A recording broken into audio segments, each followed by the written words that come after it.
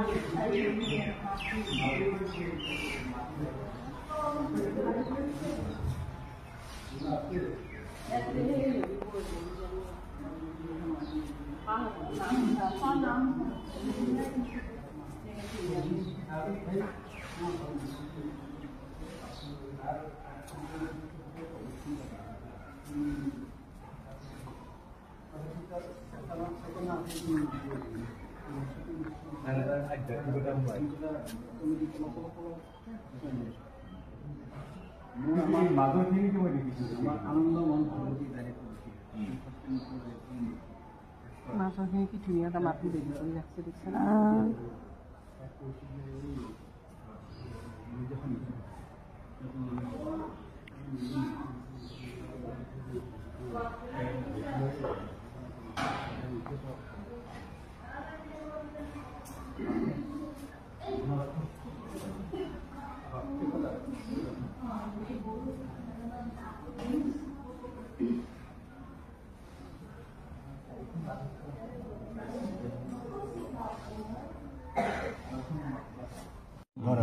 সেইখিনি শেষ হ'ল গোহালি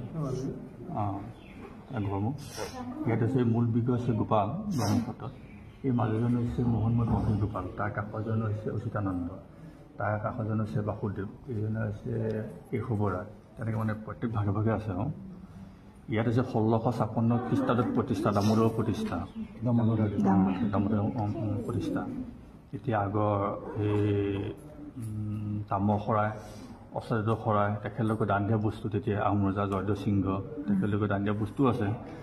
এই সংবিধান ৰখা হৈছে তাৰপৰা শংকৰদেৱৰ মাধৱদেৱৰ সাঁচিপাতো পুথি আছে 600 বছৰ হৈ গ'ল পুৰণা 600 বছৰ হৈ গ'ল তাৰপৰা আকৌ এই গছ অক্ষয়বন্তী অখণ্ড প্ৰদীপ এই গছ মানে দিনীয়াতে জ্বলি থাকে কোন গছ তেতিয়াৰ পৰা জ্বলি আছে আৰু এতিয়া মানে সৰহীয়া তেল আহিলে চাৰি গছত ঢালি দিয়া হয় গছ অক্ষয়বন্তী